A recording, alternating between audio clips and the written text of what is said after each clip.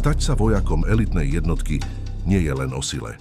Je to test fyzickej výdrže, psychickej odolnosti a schopnosti fungovať pod extrémnym tlakom. Výcvik týchto jednotiek patrí medzi najťažšie na svete. Kandidáti musia prejsť mesiacmi náročných testov. Dlhé pochody, nedostatok spánku, extrémne podmienky a neustály stres. Len malé percento uchádzačov dokáže tento výcvik dokončiť. V tomto videu sa pozrieme na niektoré z najťažších vojenských výcvikov na svete.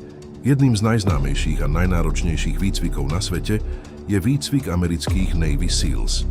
Kandidáti začínajú základným výcvikom, ktorý testuje ich fyzickú kondíciu. Musí zvládnuť dlhé behy, plávanie v oceáne a náročné prekážkové dráhy. Najťažšia časť výcviku sa nazýva Hell Week. Počas tohto týždňa majú kandidáti len minimálny spánok. Musí absolvovať desiatky hodín fyzickej záťaže, často v studenej vode alebo v piesku. Cieľom je zistiť, kto dokáže pokračovať aj v extrémnom vyčerpaní. Mnohí kandidáti počas Hell Week výcvik vzdajú. Len malá časť sa dostane do ďalšej fázy. Britská jednotka SAS patrí medzi najelitnejšie špeciálne jednotky na svete. Ich výberový proces je známy svojou extrémnou náročnosťou. Kandidáti absolvujú dlhé pochody v horách s ťažkou výbavou. Niektoré trasy majú viac než 40 kilometrov. Počas týchto pochodov musia vojaci navigovať podľa mapy a kompasu. Výcvik pokračuje džungľovým tréningom, kde sa učia prežiť v extrémnych podmienkach.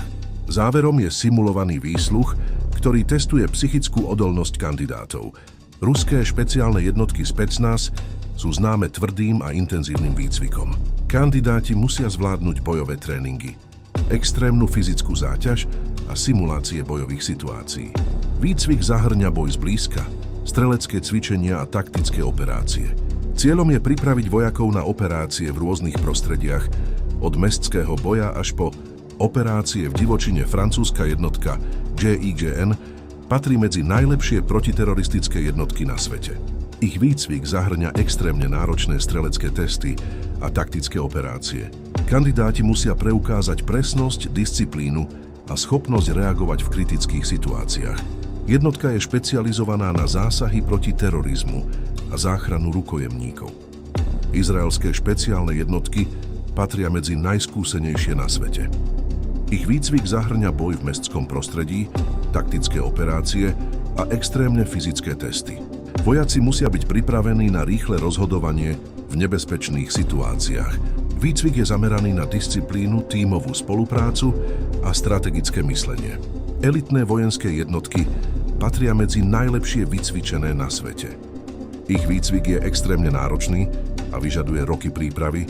Len malé percento kandidátov dokáže prejsť všetkými testami.